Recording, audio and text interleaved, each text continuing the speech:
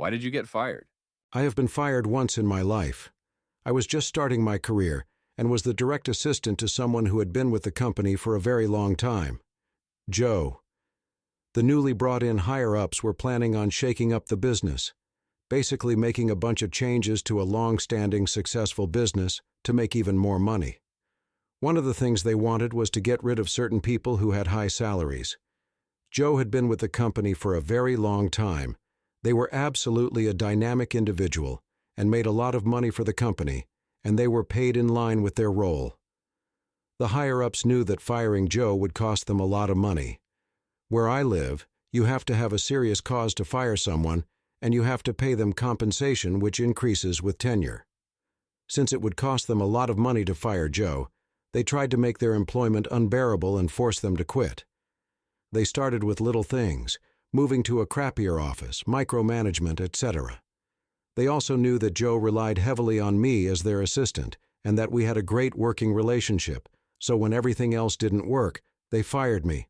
It was without cause and they did have to give me a very small compensation package, but they knew it would piss off the Joe since they had repeatedly commended me to everyone about what a great job I did.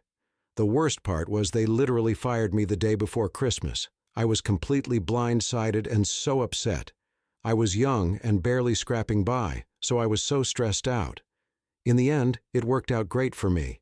Joe ended up getting me into a competing company with personal introductions and recommendations. Joe stayed in touch with me and kept encouraging me in my career.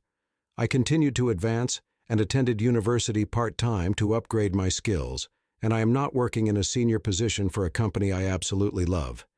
Eventually, the company that fired me completely collapsed, but not before going from one of the most highly regarded companies in our field to the laughingstock.